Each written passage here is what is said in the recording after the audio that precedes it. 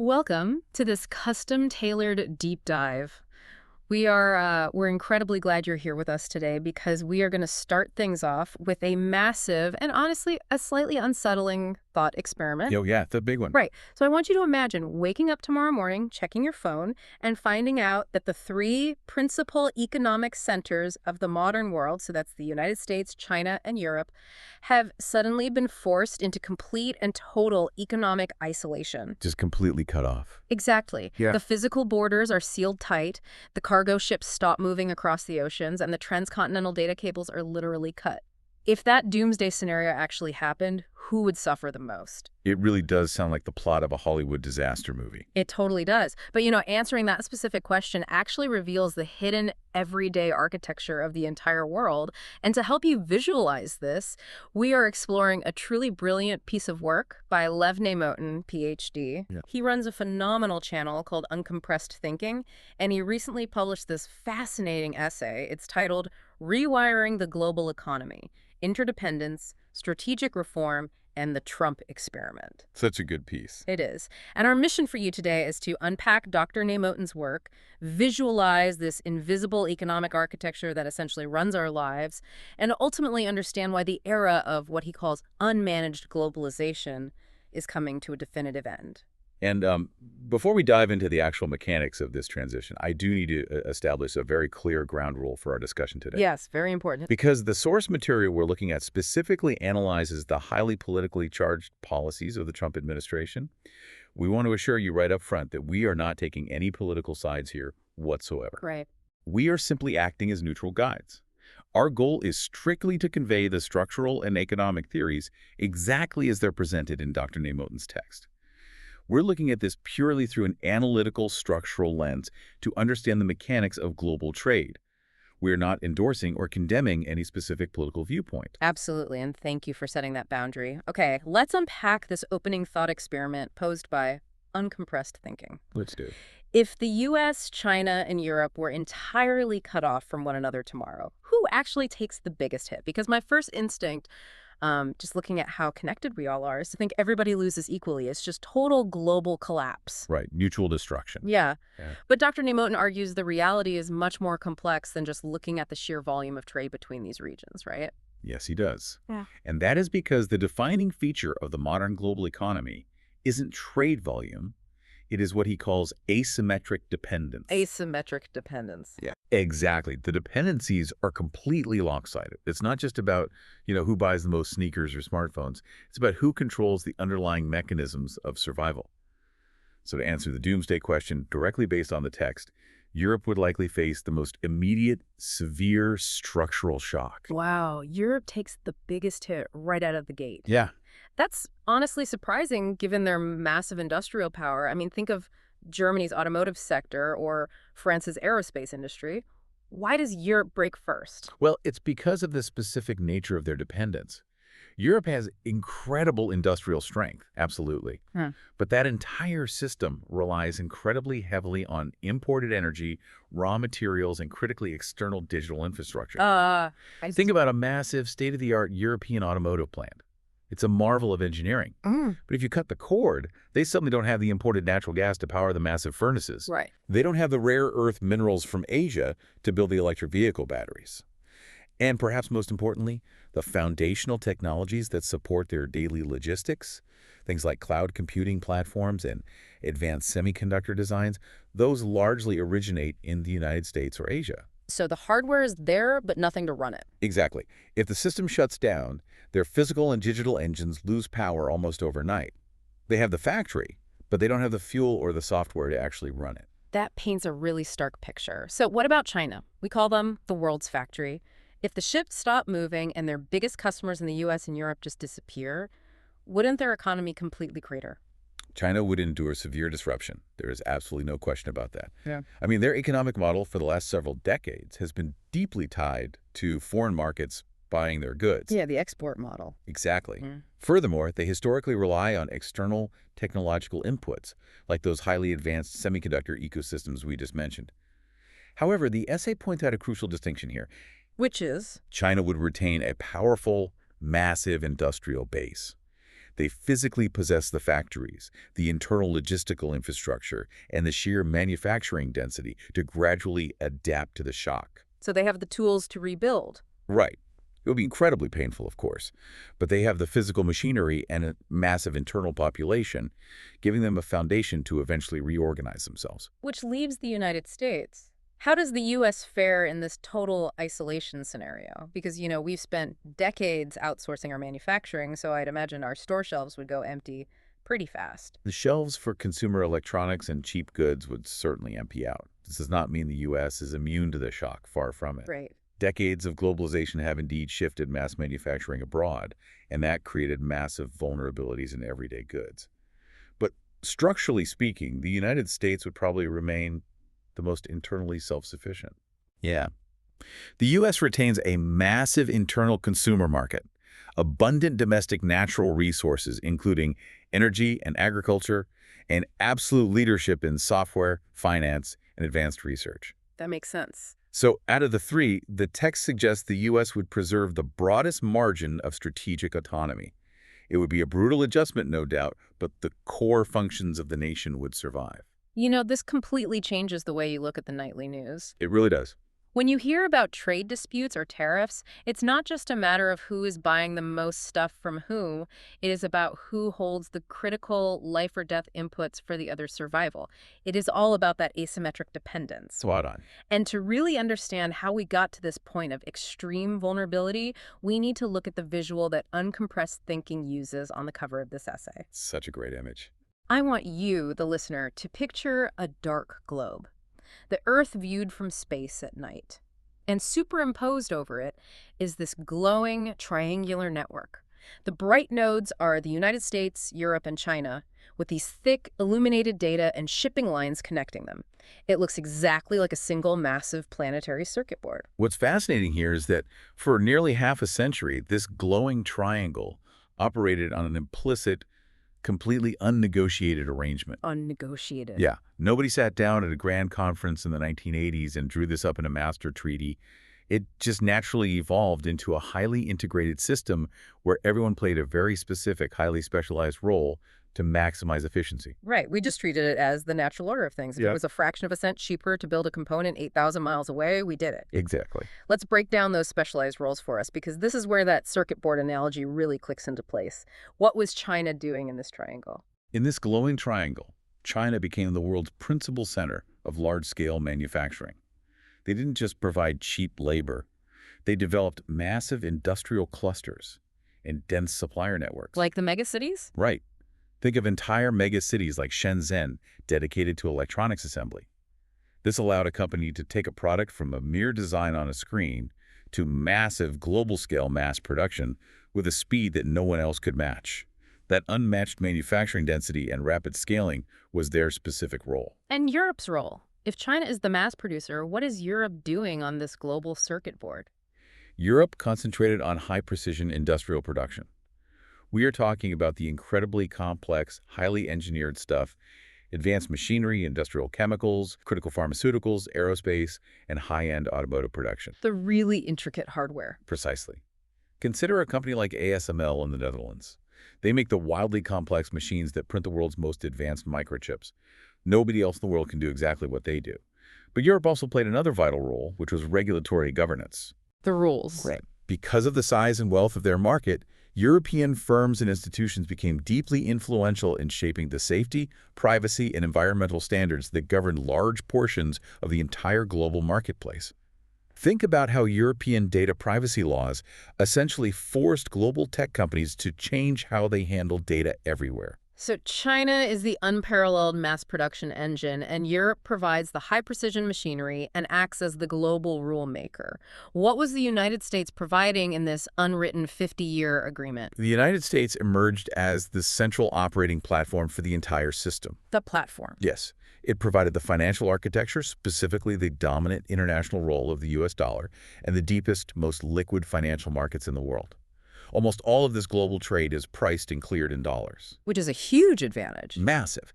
And secondly, the U.S. provided the technological infrastructure, The operating systems, the software, the massive cloud computing servers, and the advanced research networks through which all this global commerce actually communicated and operated. It really is just a geographically distributed mega factory masquerading as international trade. That's a great way to put it. We use the word trade, but it's really just different departments of the exact same global factory shipping parts to each other. The design department is in California, the precision tooling department is in Germany, and the final assembly floor is in Shenzhen. Yep. And Dr. Nemotin points out that this setup was phenomenally successful. It generated one of the most dynamic periods of economic growth and poverty reduction in human history. Absolutely. Everyone benefited. China rapidly industrialized, Europe sustained its advanced, wealthy economies, and the U.S. consolidated unprecedented power in global finance and tech. Exactly. From a purely mathematical standpoint, the system was a miracle of efficiency. But as the essay critically notes, when complex systems operate successfully for long periods, they inevitably accumulate internal tensions. Right. These tensions remain entirely invisible, buried under years of profits and cheap consumer goods until circumstances start to change. You can only stretch a rubber band so far before the tension snaps it. And in this global triangle, that tension manifested as three massive structural fractures.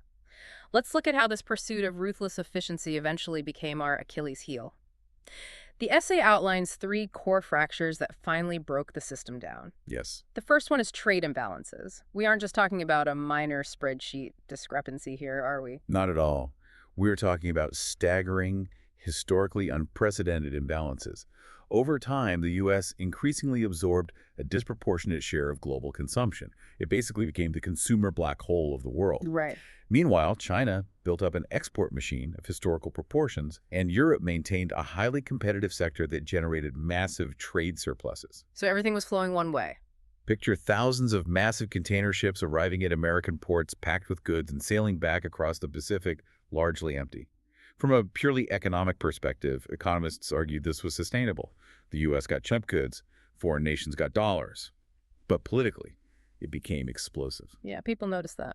Voters and policymakers in deficit countries naturally began to look at those empty ships and question if the benefits of this system were actually equitable. Which bleeds right into the second fracture, industrial dislocation. We outsourced the factory floor, Right. and that had very real, very painful domestic consequences. It's not just an abstract concept. It changed the map of entire nations. Profoundly. Relocating large segments of manufacturing to lower-cost regions produced great macro-level gains for the global system. But the costs were wildly unevenly distributed inside national borders. The winners and losers. Exactly. Traditional industrial regions, think the Rust Belt in the United States or the deindustrialized north of England, were essentially hollowed out, experiencing long-term employment decline and social decay. Right. Meanwhile, almost all the new wealth and benefits accumulated at a few specific metropolitan hubs focused on finance and technology. You created severe domestic inequality. Massive winners in tech and finance on the coasts, and massive losers in traditional manufacturing in the heartland. Eventually, the political systems that used to champion free trade suddenly faced immense domestic pressure from their own citizens to fix this glaring imbalance. That makes total sense. People aren't going to support a global economic system if their own hometown is falling apart. Exactly. And then there's the third fracture, which brings us right back to that scary doomsday scenario we started with. Strategic supply chain vulnerabilities. We suddenly realized that all this beautiful efficiency actually created a massive existential danger. Yes, and this is where Dr. Nemotin introduces a concept that is absolutely critical to understand: coercive interdependence. Coercive interdependence. In our quest for efficiency, we concentrated critical production capacity in very specific, highly localized geographic areas. Right. And we aren't just talking about cheap plastic toys. No. We are talking about advanced semiconductors, the active pharmaceutical ingredients for basic antibiotics, rare earth elements needed for defense systems, and the components for energy grids. We completely ignored the risk during the happy, peaceful decades of globalization. But the second geopolitical tension rises. This highly efficient global production network suddenly looks like a loaded weapon. Coercive interdependence. That is a phrase that sticks with you. It is the chilling realization that the hand feeding you could also choke you at any moment. Exactly right. If one node in the triangle controls 80% of the critical medicines or 90% of the advanced microchips, They don't need to fire a missile. They can just close a port and they can transmit crippling disruption across entire economies. They can use that everyday dependence as incredible leverage. It's immense leverage. And to make this even more complex, Dr. Nemotin points out that the political systems inside this triangle are fundamentally different.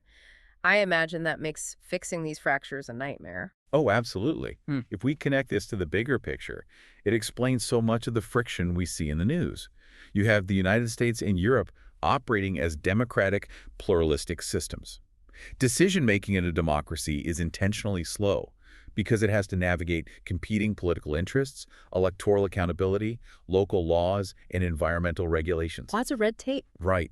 Democracies tend to prioritize transparency, reciprocal access, and legal predictability in their markets. Let's ground that for a second. Ah. In the US or Europe, if you want to build a massive new semiconductor plant to secure your supply chain, you have to deal with local zoning boards, environmental impact studies, labor unions, and changing political administrations. It can take a decade. Easily a decade. Whereas China operates under a completely different model. Precisely.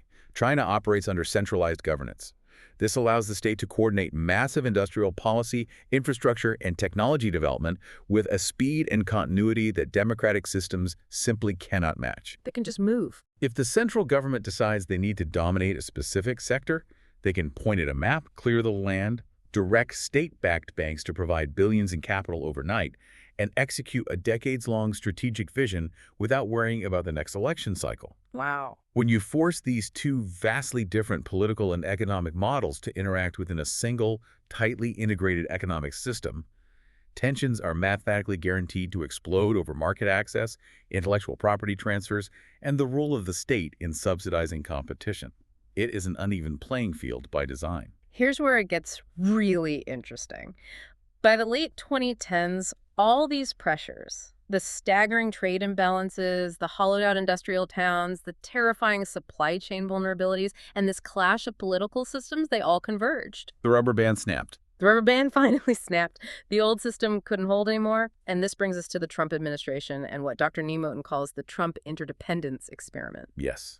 And just to quickly remind everyone of our ground rule, we are analyzing this purely structurally. Right, strict neutrality here. When you look at the media coverage of the Trump administration's foreign economic policies, the sweeping tariffs, the tearing up and renegotiating of trade deals, the intense pressure on European allies to increase defense spending, many commentators view them as random, isolated, or purely transactional disputes driven by personality. Right. But Dr. Nemotin's thesis argues that to truly understand what happened, we need to view these actions through a macro-structural lens. These moves were part of a broader, deliberate experiment to test if the failing global equilibrium could be forcibly dismantled and pushed into a new, balanced configuration. So it wasn't just throwing wrenches into a perfectly good machine for the sake of chaos. It was a strategy to aggressively renegotiate that unspoken 50-year agreement because the machine was already breaking down. Exactly. The administration essentially weaponized the very things the United States brought to the global triangle. Platform. Yes, they used the allure and access to the American consumer market, the dominance of the American financial system, and the reliance on the American military security umbrella as heavy-handed negotiating tools. To what end? The objective was to demand strict reciprocity. They were stress-testing the global system to see if they could restructure international economic relationships into a form that was more politically sustainable for the domestic U.S. population, actively addressing the accumulated imbalances and the hollowing out of the industrial base that the previous order had caused.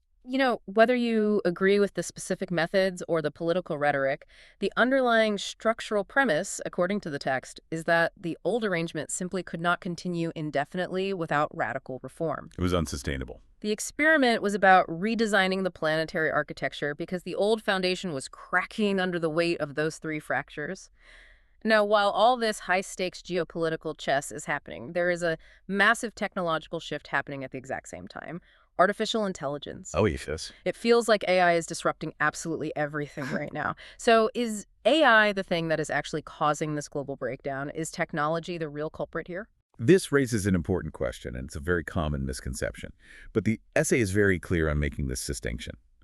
AI is rapidly reshaping labor markets, it is transforming productivity across countless sectors, and it is revolutionizing data analysis. However, AI is an accelerating factor, not the root cause. An accelerant. Right. The root cause of the geopolitical instability is the structural decay of the old economic triangle we just discussed. AI is simply complicating and pouring gasoline on a transition that was already inevitable. How does it accelerate it? If I'm looking at that global circuit board, what does AI actually do to the connections? Think about the core logic of the old system, finding the cheapest possible human labor to assemble goods.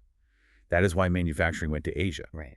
But as AI drives advanced robotics, automation, and smart manufacturing, the cost of human labor becomes a much smaller factor in the overall cost of a product. If a robot powered by AI can assemble a smartphone or a car part just as cheaply in Ohio or Germany as it can in Shenzhen, the entire economic incentive to ship parts 8,000 miles across the ocean evaporates. Wow. AI makes it economically viable to bring manufacturing back home to reshore it.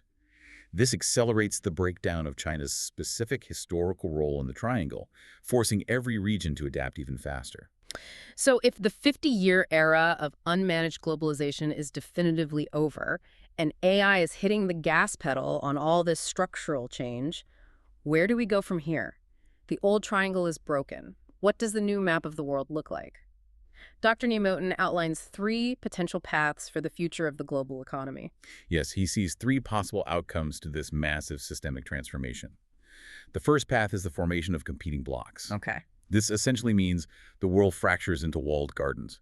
Trade and technology networks become highly regionalized. Yeah. You build massive digital and economic walls around the U.S., around Europe, around China. So basically retreating into our own regional fortresses. That sounds incredibly safe from a security standpoint, but it also sounds insanely expensive. Very expensive. We'd lose all that global efficiency we spent half a century building, which means the price of everything from laptops to refrigerators would skyrocket. What is the second path? The second path is continuous pressure. In this scenario, we don't build walls, but economic pressure is just normalized as a permanent, everyday tool of international politics. Meaning what exactly? Trade networks, tariffs, and financial clearinghouses aren't about cooperation anymore. They are simply instruments of continuous strategic warfare. You cut off my microchips, I sanction your banks. It is a state of permanent, grinding friction. That sounds absolutely exhausting to live through, and highly unstable, like we'd constantly be one miscalculation away from a real war. It's very precarious. There has to be a middle ground between hiding behind a wall and constantly throwing punches at each other. Which brings us to the third path, which the essay suggests is our best, most pragmatic hope. The third path is managed rebalancing. This involves a gradual, highly deliberate renegotiation of global economic relationships. The major actors sit down and agree to new, explicit expectations. So they actually talk it out. Yes, they demand actual reciprocity in market access rather than the old lopsided deals. They take on industrial responsibility for their own populations. What? And crucially, they focus intensely on supply chain diversification. Resilience. Exactly. Yeah. It is a fundamental philosophical shift. Right. We move away from designing systems purely for maximum financial efficiency, and instead, we design them for resilience and security. So what does this all mean? Let's bring this macro level theory right down to you, the listener. If you are prepping for a corporate strategy meeting at work, if you are looking at how to allocate your investment portfolio, or if you are just trying to figure out the future of your own career path, you have to internalize this profound shift. You really do. The era of unmanaged globalization, where corporations just let the free market find the cheapest factory anywhere on Earth with zero regard for geopolitical risk, that era is dead and buried. We are now entering a much more complex era of deliberately structured interdependence. And that shift is going to require massive domestic changes in every country. As we move to this new, deliberately structured system, and as AI fundamentally changes labor demands, governments are going to have to invest unprecedented amounts of capital into domestic workforce transition. Retraining people. Yes, they will have to invest in education, infrastructure, and industrial development right at home just to maintain social cohesion as the old jobs disappear and new ones are created. Furthermore, the political alliances and security relationships that countries rely on must remain durable. Right. Because stable, predictable security arrangements are the actual physical foundation that allows any economic cooperation to function in this new, tense environment. It is a total ground-up rewiring of how the world works. Let's briefly recap the incredible journey we've been on today. Thanks to Dr. Lev Nemotin and his channel Uncompressed Thinking, we were able to visualize that glowing triangle of the global economy. Such a powerful image. We saw how China's unprecedented scale, Europe's incredible precision, and America's foundational platforms created an economic miracle that eventually rotted from the inside out due to asymmetric dependence. We looked at the three fatal fractures, staggering trade imbalances, painful domestic industrial dislocation, and terrifying supply chain vulnerabilities. Yep. We examined how the Trump administration's aggressive policies acted as a structural stress test to force a rebalancing of that decaying system. And finally, we looked at the rocky transition ahead, moving from an era of blind, unmanaged efficiency to a deliberately structured, resilient global network accelerated by AI. It is a truly powerful framework for understanding not just the history of the past 50 years, but the trajectory of the next 50. Absolutely. The turbulence, the tariffs, and the political friction we see in international news today isn't just random, chaotic conflict. It is simply the noisy early phase of this massive, necessary structural reorganization of the planet. I want to leave you with one final provocative thought to mull over. Something that builds on Dr. Neymoten's text but brings it literally right to your front door. The essay makes it perfectly clear that the global economy must now be redesigned for redundancy and resilience, not just pure, cheap efficiency. We have to bring critical things back home. Right. So I want you to think about the physical landscape of your own town or city right now. If your country is being forced to build its own redundant supply chains for critical medicines, for heavy energy infrastructure, and for advanced microchips, just to avoid that doomsday isolation scenario we talked about at the start, what new factories, what new data centers, and what entirely new heavy industries are going to have to be physically built right in your backyard over the next decade to make that resilience a reality? It's a huge question. The rewiring of the global economy isn't just happening on a map in a distant boardroom. It is going to happen in your neighborhood, changing the skyline of where you live. Thank you so much for joining us on this custom deep dive. We hope this conversation gave you a powerful, clear new lens to view the shifting world around you. And as always, we deeply encourage you to keep exploring.